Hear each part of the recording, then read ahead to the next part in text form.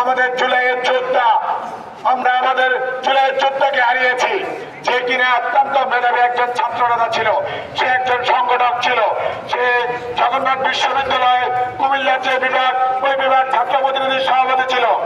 আপনারা জানেন জুবায়ের শুধু একজন মেধাবী ছাত্রনেতা ছিল না।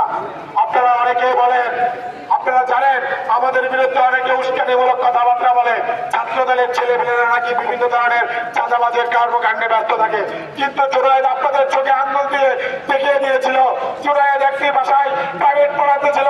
আপনারা জানেন ছাত্র দলের ছেলেমেয়েরা এখনো বিভিন্ন ভাষায় টিউশনি করে, টাকা দিয়ে তারা অনেকে তাদের ভাষা বলে এবং খাওয়া দাওয়ার টাকা পরিশোধ করে। আপনারা জানেন কালকে একটি গুপ্ত সংগঠন 24 ঘন্টার একটি আলটিমেটাম দিয়েছিল, তারা নাকি ঘূর্ণিঝড় বয়ে দিবে। এখন আমি প্রশাসনকে বলতে চাই, এই 24 ঘন্টার আলটিমেটাম এটা কিসের? আপনাদেরকে খুঁজে বের করতে হবে। বাংলাদেশ জাতীয়তাবাদী ছাত্র দল 24 ঘন্টা নয়, 12 ঘন্টার মধ্যে ফিগার বয়ে দেবে। We want justice.